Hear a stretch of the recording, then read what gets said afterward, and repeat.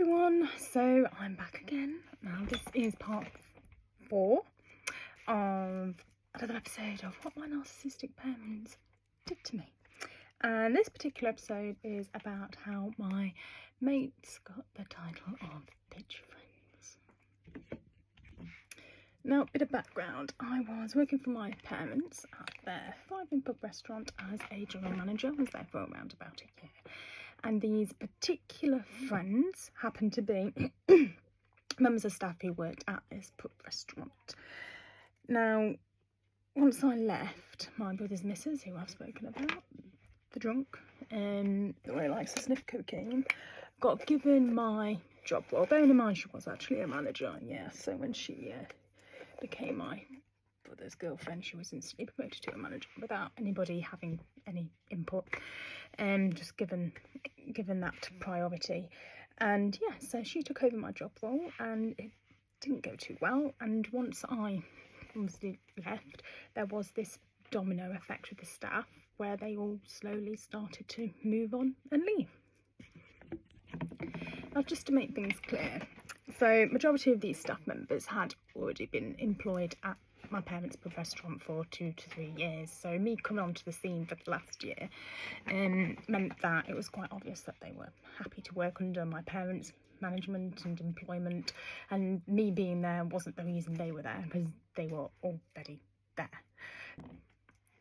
Now, instead of my parents looking at things in a logical way and thinking, right, okay, there's been a major shift in management recently, now all of a sudden my staff are leaving, maybe we need to address the obvious issue at hand here. No, they decided that this drunk who couldn't do more than 2 hours a day could not be changed in any way. Her performance could not, it was totally unquestionable because she was obviously my brother's girlfriend.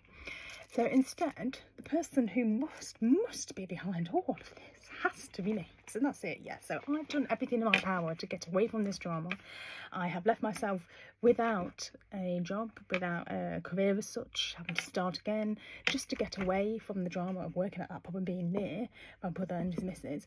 And what I decided to do then in my spare time was spend all my time contacting the people who worked at the place to get them to leave, to cause myself more problems. I mean, come on. No, at the end of the day, I wasn't even willing to give out references to these staff when they left. So I actually stopped them from being able to find jobs as easily elsewhere, because that's how uninvolved I wanted to be with the business. Now, it was these staff members that left, and I have got to admit they were quite important staff members. So you've got people who run the bar, people who run the cellar, you've got managers, all the people I had trained up who left. So they did lose some quite important members of staff, and I'm going to agree with that. But these are the ones who got nicknamed the bitch friends. Now, I would like you to take a look at these text messages that I received from my parents.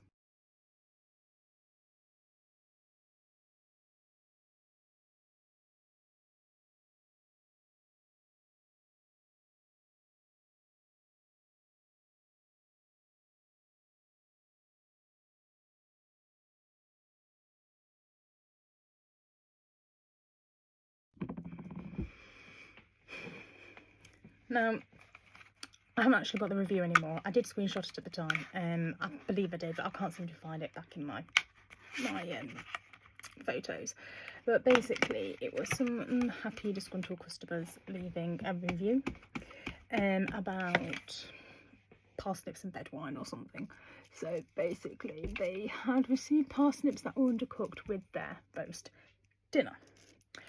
But due to the fact that I had received the infamous Section 21, because as you all know from my previous part 1, part 2, part 3, I lived in my parents' house that my mum inherited from my grandma passing away, and the one I spent 40 grand renovating, and I got given a Section 21 2 weeks before Christmas, after leaving that business and with all the fallouts, and I had to decide between putting myself on the street or buying the house within 4 months, and I just said yes to 4 months.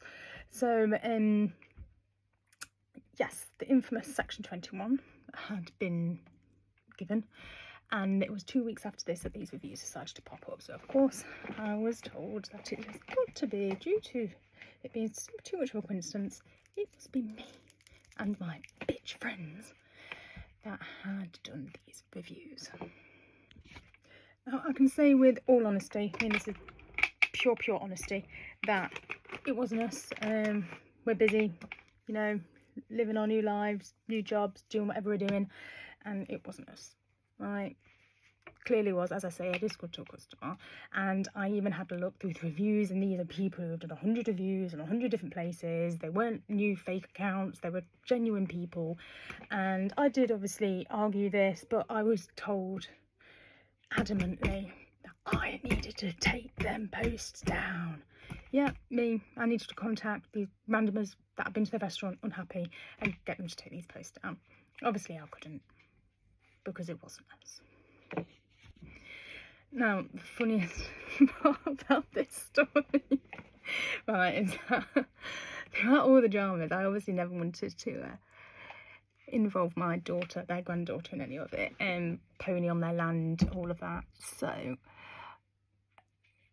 we always, by the Thursday, which was the day they'd always put my daughter up, we were always friends by the Thursday. So anyway, we became friends again, and Sunday hit, and they offered me, because they had quite a lot of leftovers from their Sunday roasts, my parents offered me and my partner a takeaway roast dinner. We picked up this roast dinner and we've got it home. I've served it up, and to my amazement, guess what's in amongst the roast dinner? Parsnips. The thing they don't serve. So not only have I been blamed for a review that I didn't do and my bitch friends didn't do, but it was regarding something that apparently they don't serve, which I've literally just had served in front of me in takeaway form. I mean, I couldn't contain myself when I saw it. And you know what? I love parsnips. I'm a vegetarian, but after that day, I've never been able to look a parsnip in the eye again. I never want to see a parsnip ever again in my life. The stress that those parsnips caused me. So anyway, this is just another random accusation that my parents have chucked my way, because, of course, narcissistic people can never be wrong. Them or their business can never be wrong. It has to be... They always have to be a victim. There always has to be somebody at fault, somebody to blame. And of course, nothing could ever possibly be their own error. And even though proven a week later, they do indeed serve parsnips with their roast dinners, it was, of course, me. Always going to be me that was blamed. Now, things at this stage were just really rough. I mean, the messages I got were constant, daily, weekly, whatever you want to say. So things just were non-stop. The accusations and demands claiming that I need to do this and I need to do that, and sabotage, and it was just exhausting. But sadly, due to the mortgage going through, I couldn't block them, so they had full access to abuse me on a daily occasion. So yeah, but listen out for part 5. It will be loaded within the next 24 hours, and it's actually to do with my birthday celebration. So yeah, quite an interesting one. So definitely come back to my page and have a quick watch of that.